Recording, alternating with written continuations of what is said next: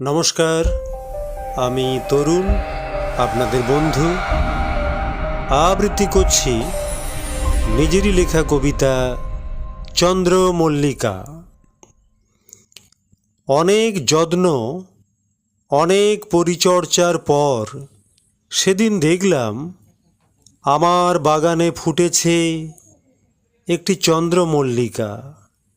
প্রাণের আবেগে, খুশিতে উথলে আমি আদর করছি আমার মল্লিকাকে।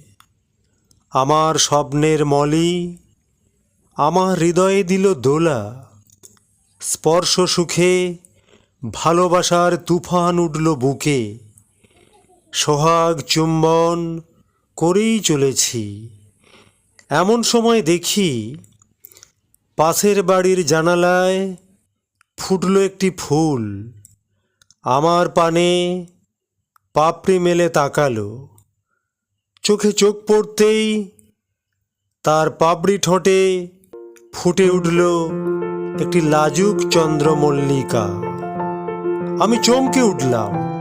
দেখলাম আমার চন্দ্রমল্লিকা আর ওই চন্দ্রমল্লিকা